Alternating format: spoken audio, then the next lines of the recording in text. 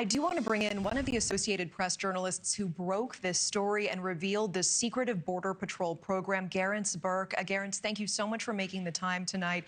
I want to jump right in because there is so much to your investigation. Border Patrol monitoring millions of American drivers across the country to identify and detain people who are deemed suspicious. Where are these scanners being hidden, and what makes a driver suspicious?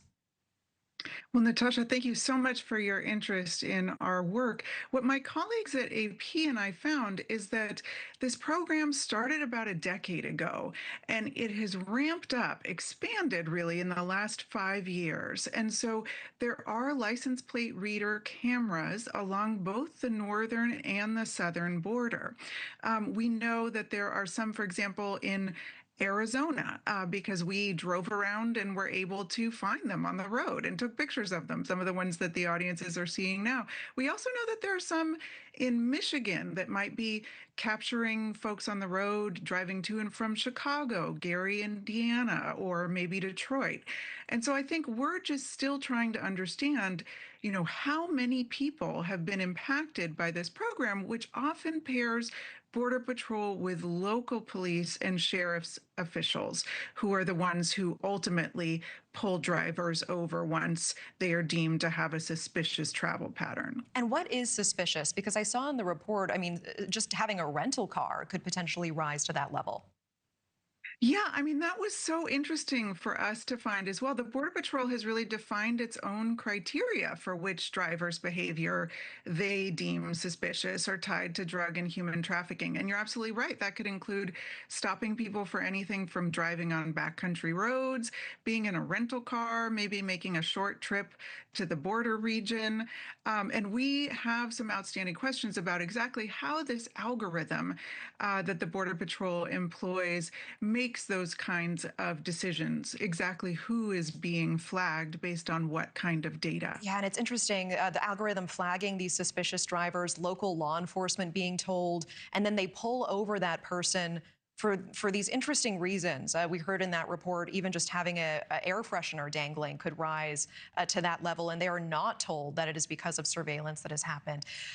It seems that Border Patrol has gone to great lengths to hide this program, to keep any mention out of court documents. Have they even let people go rather than reveal how they were flagged? What we were hearing from talking with a variety of former federal officials, as well as after looking through many court documents, really detailed privacy analyses of these technological systems, is that there really has been an effort on the part of Border Patrol to keep this system under wraps. That they preferred not to have this be something that would enter into court cases as evidence. And Border Patrol essentially told us as much in their response. They said, yes, this program exists, but essentially we can't reveal how it works to you because of national security concerns. And I know there are concerns that large-scale surveillance capturing all of us all the time might very well be unconstitutional. The Fourth Amendment protects American citizens from unreasonable searches and seizures. Can you tell us about what critics are saying about these concerns? Well, I think that's an interesting point that we're really going to be monitoring to see where this debate goes. Some local cities may have license plate readers, but those would be focused on particular roads to see, who is speeding, running a red light, et cetera. What we were reporting on is really a much broader system that is tracking drivers looking for patterns. So not necessarily just focused on people who are suspected of having committed a crime, maybe drug or human trafficking. And so I think that's where these privacy concerns really come into play. If you have a system of mass surveillance, what does that mean for people's rights? All right, Garance Burke, AP investigative reporter. Always appreciate you so much. Thank you for joining us tonight. Thank you for your time. Thank you so much. Such a pleasure. Thank you for watching. Subscribe below and download our NewsNation app right now on your phone, and you will get fact-based, unbiased news for all Americans.